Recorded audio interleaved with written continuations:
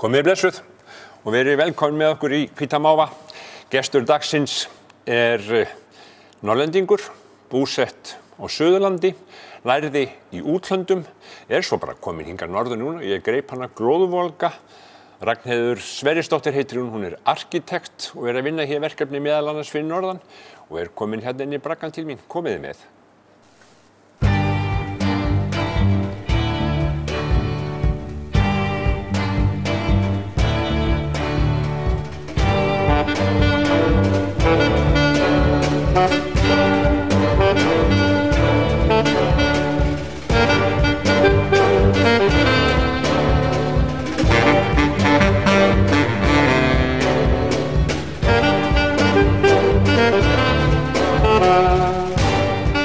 Jæja, Ragnheiður, vertu velkomin. Takk fyrir. Takk fyrir að bjóða mér. Já, en hérna, það sem þú ert nú stelpa á sveit, eins og ég veit. Já. Langaði þú aldrei til að verða bóndi? Sko, ég velti því nú oft fyrir mig, því ég náttúrulega var líka mikið að svona vinna sem bóndi, því ég var elst af systkinunum. En ég tók svona fljótlega ákvörðun það að vera ekki bóndi. Var með svona mikla útþrá. Það? Já. Kom hún strax? Hún kom mjög fljótt. Ég var svona, pínur svona, þegar ég var sérstaklega að keyra á traktorum og annað, þá var ég ég hugsaði alltaf mjög mikið til útlanda og já, ég var alltaf með svona pínu fiðringir með til þess að fara. Varstu þá að keyra og raka og annað og garða upp og varstu þá bara alltaf að hugsa, var hugurinn þá bara alltaf í útlöndum? Nei, kannski ekki alveg alltaf, en þetta náttúrulega svolítið öðruvísi þegar þetta var fyrir svona löngu síðan, þá var maður ekki með allar þessar upplýsingar og net og annað eins og í dag. Og þá svona, já, ég myndi segja að ég hefði oft, já, ég ætlaði mér alltaf að fara til útlanda. Já, og hvert þá? Það var eiginlega kannski ekki mótað, en svo fór ég til Ítalíu. Já, til þess að læra? Já. Arkitektúrinn? Já. Ég fór eiginlega fyrst svona til að læra bara tungumálið og ætlaði að fara í einhverja hönnun. Fórum saman, ég og Sigríður Sunneva vinkonu mín og við fórum og vorum bara að læra tungumálið og skoðum svona fatahönnun og ég var líka opin fyrir innanhúshönnun eða arkitektúr og ákvað svo að fara í innanhúsarkitektaskóla í Mílanó. Já, en hún var eftir í Flórens og fór í fatahönnun og náttúrulega að gera það gott sem fatahönnuður. Hvar hún í dag? Hún bara Sunneva Design, svo ég auðlýs hana. Í Reykjavík, með mokkakápur. Já, ég man mér eftir því. Já, hún ennþá með það. Já. Gengur bara ágætlega. Já. En sko, varstu búin að fara áður og fórst í námi, varstu það búin að fara eitthvað til útlanda? Já, sko, nei, ég fór, þegar ég var 16 ára, þá fór ég til systir pappa sem var í Noregi og fékk að fara að heimsækja hana og það var ægilega gaman. Já, varstu það svona sumarlangt eða eitthvað svona? Nei, ég man ekki eins og hvað ég var lengi, ég ekki svo minnu á svona staðreyndir. Nei. En ég fór og þá átti ég pennavinni, ég átti pennavinni út allt.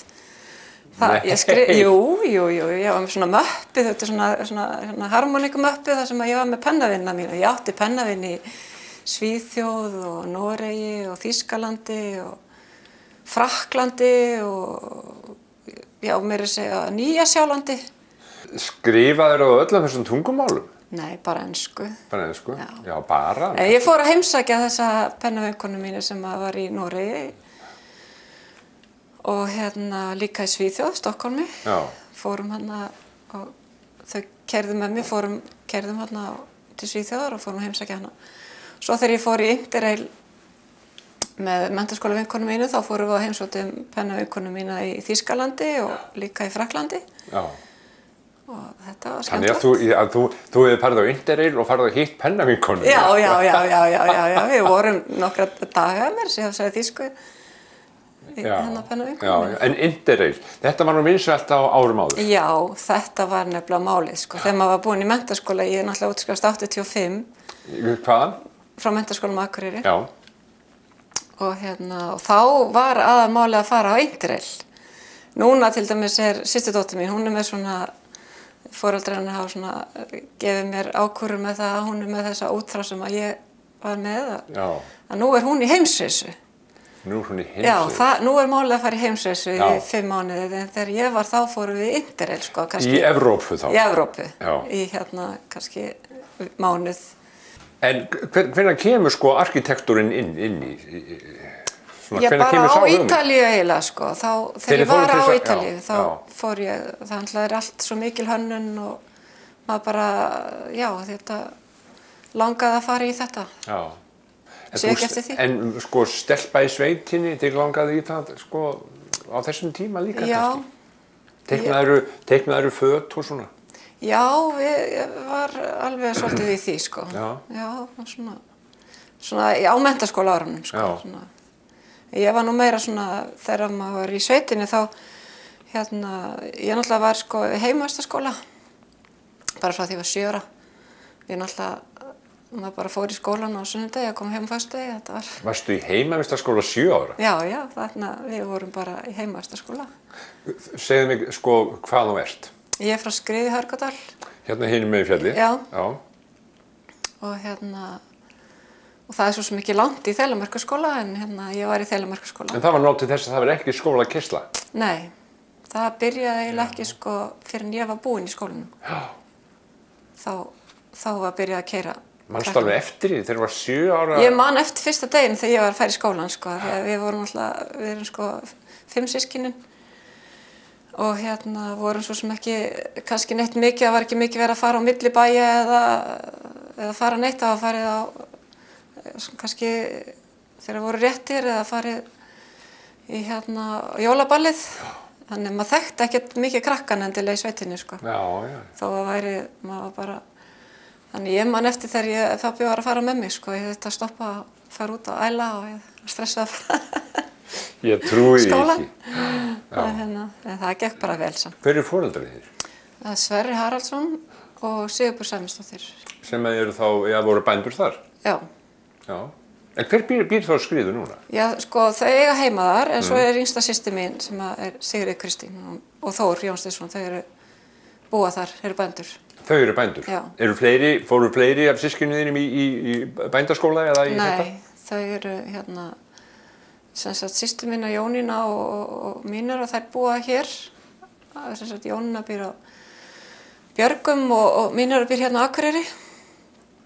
Þannig að en bróðir minn Davíð býr í Reykjavík. Já. Þannig en þið eru heima á Íslandi allavega? Já, við erum öll hérna. En segðu mér Ítalíu, hvernig sko þegar þú ferð þangað og þú ákveður að fara til Ítalíu, ferð til Flórens, sem miklu menningaborgar, hvernig var þetta? Í hvað skóla fórstu þetta? Það var bara partystemming, við fórum bara til þess að læra ítölsku og skemmta okkur, við vorum bara á diskotekum og svona að skemmta okkur. Já. Það var bara mjög skemmtilegt, sko. Var engin alvara nema það að ætla að læra ítölsku? Nei, ekki þannig, sko. 21 og maður bara skemmta sér. 21 og skemmta sér í Flórens? Já, það ekki slæmt. Það dásamlega fallegt. Svo fór ég bara að segja strax, ég fór svo, svo fór nokkru sinni til Flórens, en ég hafði ekki farið frekar lengi, en fór í hittifyrra með ítalskri vinkonu minn sem að ég fer og hjá þegar ég þar, sko. Og það var svo gaman að fara aftur til Flórens. Svona þegar maður orðinn svona vel þroskaður og bara svo ótrúlegt hvað þeir hafa gert, sko, á sínum tíma, hvernig þeir byggðu og hvernig þeir unnu marmarann og maður bara, þegar maður að vinna í svona byggingabransa þá líka bara maður horfir á svo gamlu byggingar, sko, þar sem að nú erum við að deyja á tímastressi, við bara reiknum okkur, það miðast allt við klukkutíman, hvað maður lengi að vinna og það má ekkert kosta því að maður ólengi að vinna við það. En það var ekkert pælt í því þar.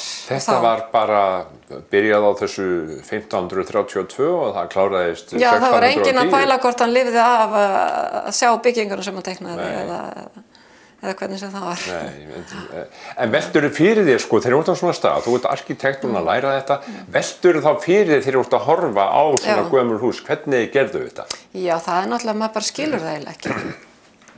Þannig að maður bara, já, það eiginlega mjög merkilegt að sjá bara hvernig þeir fóru að þessu, sko. Þeir gerðu stóru súlurnar sem bara, voru með sko bógum inn í.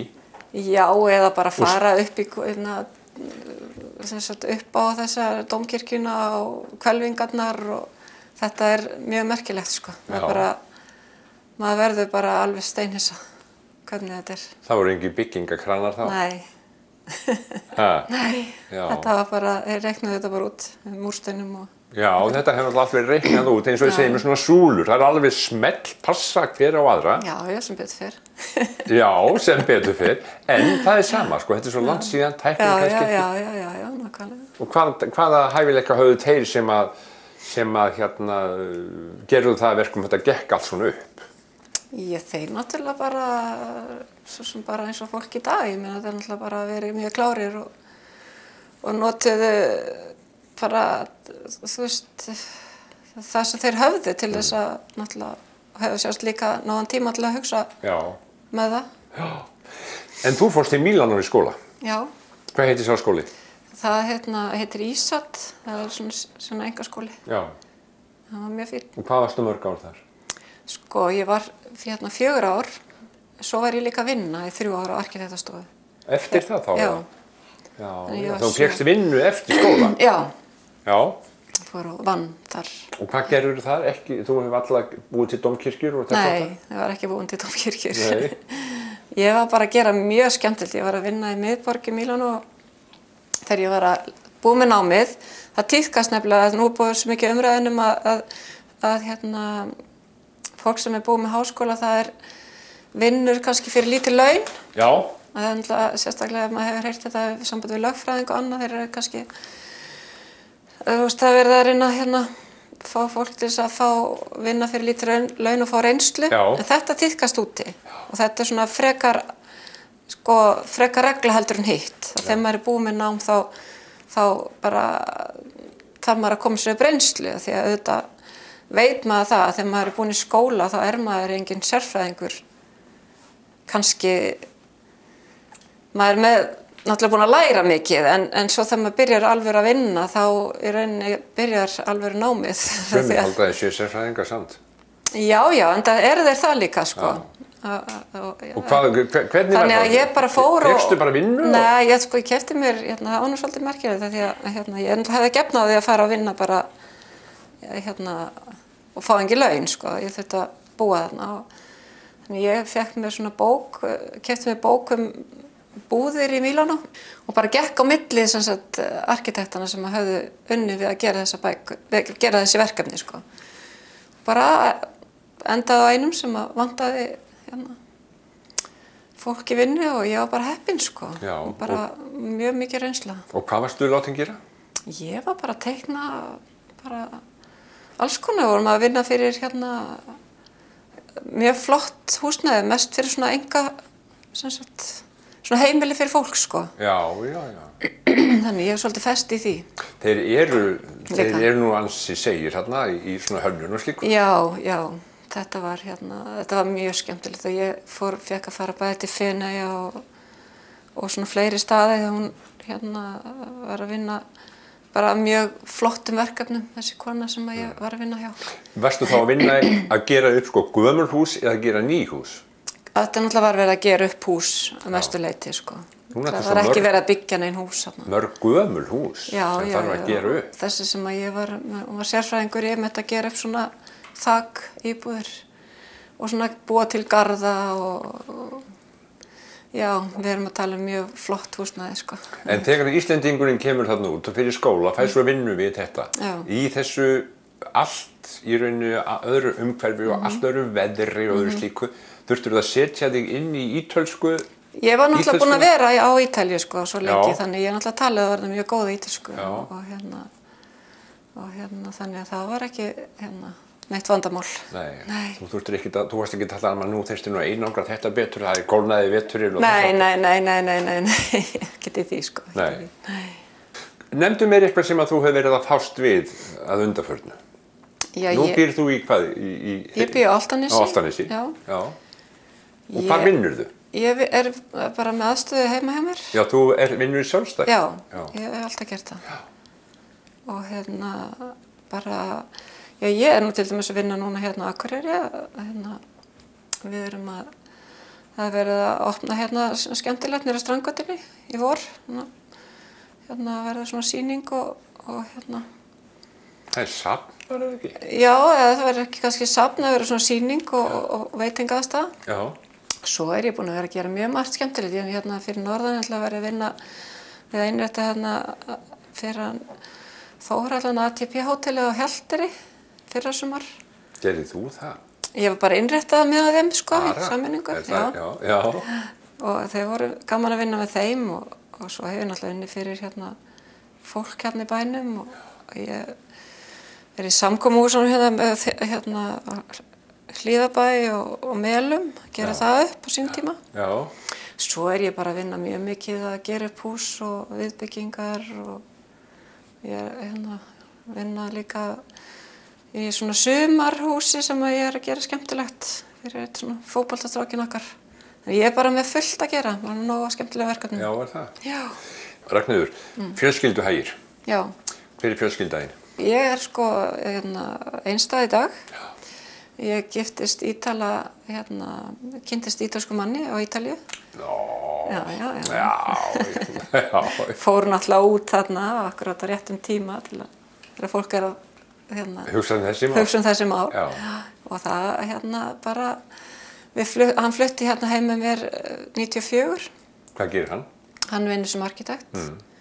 Og en við skildum nú fyrir 3 ára síðan. Og sem sagt, við eignum stúlku 95, þetta Alexia, og svo hann strák 97, hann Sverrir, og Eins og pabbi? Já, eins og pabbi minn, já, þau voru mjög ólík, sko, hún var svona róleg og kom í ljósa þegar hún kom vissi ekki ljós fyrir hún var að verða svona 6 mánaða að það var svona eitthvað ekki alveg svona eftir þessu normi, sko. Hún tók ekki þessum framförum sem börn taka. Við svo sem tókum ekkert eftir og vissum það ekki af því að hún leit ekkert út öðruvísi, hún bara mjög fallegt barn og virkaði alveg heilbrigð, sko. Þannig að svona 6 mánaða aldur fór að koma í ljós að hún var ekki alveg, þannig að kom í ljós að hún var fötluð, sko. Hún var ekki með ekki með jafnvægi og þannig að það var náttúrulega mjög mikið áfall, sko, að þegar maður er ungur og með lítið barn og heldur að allt sé í lagi að ég gleymi því aldrei þegar að því að hún var svo yndislega heimahjúkrunarkonu sem er nú með sem sagt hún fylgist nú alveg með okkur, sko, sem fylgdist með stúlkunni minni og kom til okkar og fór að benda og hún gerði ekki svona eins og börn gera rétt á milli og eitthvað svona sem að og þannig þá fórum við með undir sjúkraþjálfara og sem að talaði strax að það væri eitthvað ekki í lagi með hana, þannig að við fórum strax fengum tíma hjá lækni, sko, og þá náttúrulega bara fór í gang svona rannsóknarvinna og hvað var að henni og svona að kom í ljós að hún var með smá rýrnun í litla heila. Þannig að hún sem sagt, já, það lýsti sig þannig að hún var svona linari og átti erfitt með að læra að sitja og þannig að tók allt svona langa tíma, sko. Þannig að svo fæddist strákurinn þegar hún var, já, bara eins og hálfsárs, þannig að hann var bara mjög hraustur og fæddist á með tíma. Það var eitthvað stór streymið, þannig að það hefur fyllt honum, hann er kraftmikill. Já. Já, og svo gerðist það þegar hún var, sko, rétt rúmlega 2 ára, að hún veiktist svona vírus og var bara datt út og var meðvitundalaus og mér búið á spítala á Akureyri heila viku eftir það var hún lömuð vinstra megin, sko. En náði sér nú af því bara löngu tíma en var svona flogaveik og þannig það var svona mjög flókið og erfið tími svona þegar þau voru lítil. Já, þurfti hún mikla umönnun? Já, hún þurfti alveg bara stansleysa umönnun, sko, þannig að hún alltaf, sko, stelpan mín var alltaf oft með veikindi svona, tengdist á flogaveiki og öðru og en svo kom það fyrir 2010, hún var búin að vera svona frekar góðu tími hjá henni, en hún bara veiktist allt í einu páska og bara við vorum meira sér búin að vera upp í Hlíðarfjalli og hún fannst gaman að renna sér á svona snjóþótti og hún bara vaknaði upp í nóttina og fekk bara svona ægilegt kast og svona bara styttið söguna þá bara reynilega að segja það, hún bara eiginlega dó í sjúkrabílnum á leiðinni inn á spítala, sko, þannig að það var mjög svona erfið reynsla og Hvað var hún gömul þá? Þá var hún, sko, hefði hún orðin 15, hún var 14 ára.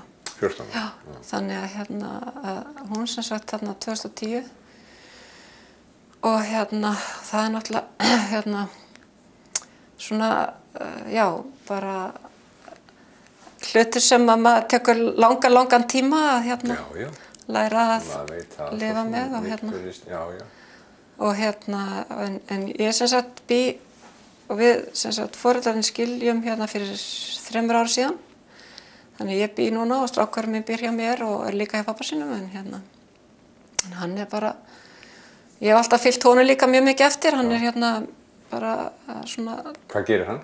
Hann að klára fjölbrautaskólann FG núna í vor, tekur á 3 árum og hann mikið í fótbolta og já, íþróttamaður. Hefur þú gaman að fótbolta? Ég hef mjög gaman að fótbolta. Er það? Já. Ég hef alltaf verið mikið á fótboltavellinu, sko, ég hafði ekkert gaman að fótbolta. Já. Bara áður en að hann fór að spila fótbolta. Já. Hann fór strax að hafa áhuga á fótbolta lítill og bæði ég og pappans var líka duglegur að fylgja með eftir íþróttum, hann var mikið í tennis með pappa sínum. Tennis? Já, þegar hann var lítill bara, pappans kenni tennis og ég var mjög dugleg að vera á fótboltavellinu með stelpan, hafði gaman að því líka, sko, þannig að við fórum mikið á fótboltavellinum og þetta svona okkar eiginlega, já, við þetta allt svona tengt fótbolta. Hvert með hvaða liði æfir strákurinn þá? Hann núna komin í Stjörnuna, það svona tiltölulega nýtilkomið. Hann var fyrst út á Álftanesi, svo var hann í Haukunum og bara líkaði mjög vel þar. En svo langaði hann bara núna aðeins að breyta til, hann komin í Stjörnuna núna. Já. Þegar þú kemur heim frá Ítalíu, kom þá ekkert annað til greina hjá ykkur en að setja staði í Reykjavík? Nei, sko, það var eiginlega fyrst, sko, var það eiginlega út af því að Luigi, maður fyrirvandi, hann fór í háskólann í íslensku og þannig að við ákveðum bara að setja stað, það var náttúrulega svona meiri Ítalir líka í Reykjavík og já, okkur langaði bara til að vera í Reykjavík og þú alltaf kunna velja Svo vorum við svona kannski veltaði fyrir okkur á vissum tíma að flytja norður en ég var nú bara viðurkenna að ég eins og með stelpuna, sko, þegar hún var oft svona veik að maður var svo háður því læknanum, sko, að mér leiði eiginlega bara illa þegar ég vissi að læknarnir 2 sem voru mest með hann, ef þeir fóru saman í frí þá fannst mér ég vera óróleg. Já, það er náttúrulega eðlilegt. Já, maður bara vildi vita af þeim, sko. Já. Þetta verkefni sem út með fyrir norðan, sýningin sem er í Strandgötunni, sem að fjallar er það ekki sko norðurslóðir? Já. Hvenær á þetta að vera tilbúið? Já, sko, það sko, eftir svona, við erum að vona að vera tilbúið í maí. Já. Maí handan við hornið, en ef það var samstillt verkefni þá ætti það kannski að takast. Hefurðu sett upp svona sýningar áður eitthvað? Nei, ekki eins og þetta. Nei? Þetta náttúrulega, það verður náttúrulega einhver sýningarstjóri og þannig að það ekki beint kannski, þetta svona bara samvinna og svo eru þeir náttúrulega alveg eigundirnir mjög fróðir og vita hvað þeir vilja. Já. Komstu með einhvern hlut til að sýna mig? Já, ég kom með Þú veist að því ég svo sem ekki alveg ekki mjög tengd hlutum. Þannig að ég hugsaði með mig hvað það væri sem ég geti komið með. Og ég hef farið á svona fyrirlestur hjá henni Sirri. Já. Sjónvarpskonu sem að bara breytti heilmiklu fyrir mig, af því mér finnst hún frábær manneskja. Hún hefur áhrif á margt fólk af því hún talar svona svolítið af jákvæðni og líka bara að þakka fyrir hvern dag og þakka fyrir sem og ég bara tileinkaði mér það. Hún talar þakkargöngu. Það getur maður farið að stað og gengið og bara þakka fyrir hreina loftið og þakka fyrir útsýnið og bara fyrir og rigninguna. Já, og bara fá að ganga yfirleitt. Já. Þannig að og þegar ég lendi í þessu hræðilega að missa dóttur mína þá fékk ég þessa bók Huggun í sorg og þá eftir Kat Sjöbjörns og ég keypti mig líka Orð í gleði sem hún var með hún Sirri á þessum fyrirlestri. Og þetta fannst mér vera mjög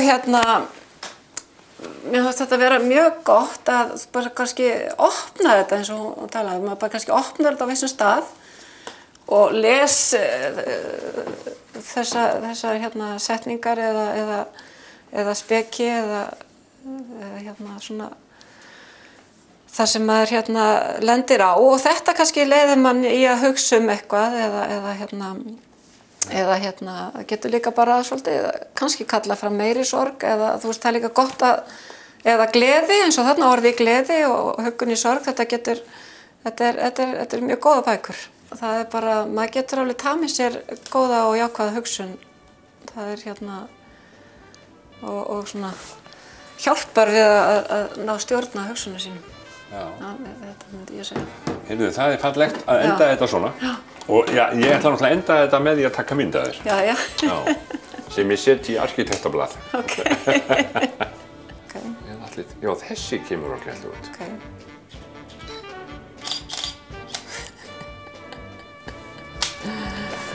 Takk fyrir spjallið. Sömuleiðis.